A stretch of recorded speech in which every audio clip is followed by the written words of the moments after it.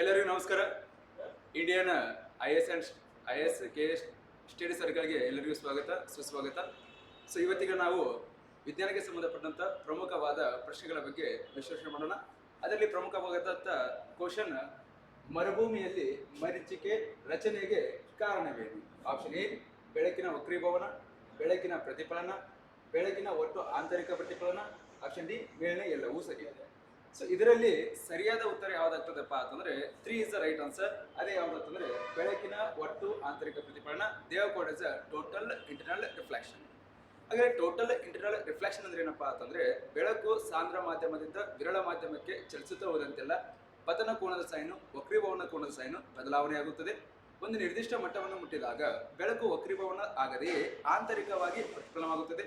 ಈ ವಿದ್ಯಮಾನವನ್ನೇ ನಾವೇನಂತ ಕರಿತೀವಪ್ಪ ಅಂತಂದ್ರೆ ಬೆಳಕಿನ ಒಟ್ಟು ಆಂತರಿಕ ಪ್ರತಿಫಲನ.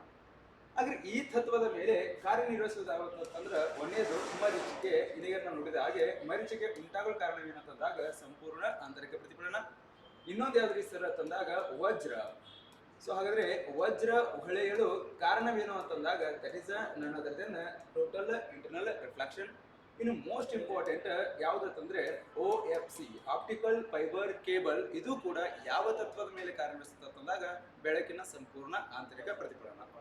ಇನ್ನು ಅದೇ ರೀತಿಯಲ್ಲಿ ನಾಲ್ಕನೇದಾಗಿ ನೋಡಿದಾಗ ಎಂಡೋಸ್ಕೋಪಿಯಲ್ಲಿ ಕೂಡ ಯಾವ ತತ್ವವನ್ನು ಬಳಕೆ ಮಾಡ್ಕೊಳ್ತೀವಪ್ಪ ಅಂತಂದ್ರೆ it is none other than total internal reflection. ಇನ್ನು ರಾತ್ರಿಯ ವೇಳೆಯಲ್ಲಿ ರೇಡಿಯಂನ ಪ್ರತಿಫಲಕಗಳು.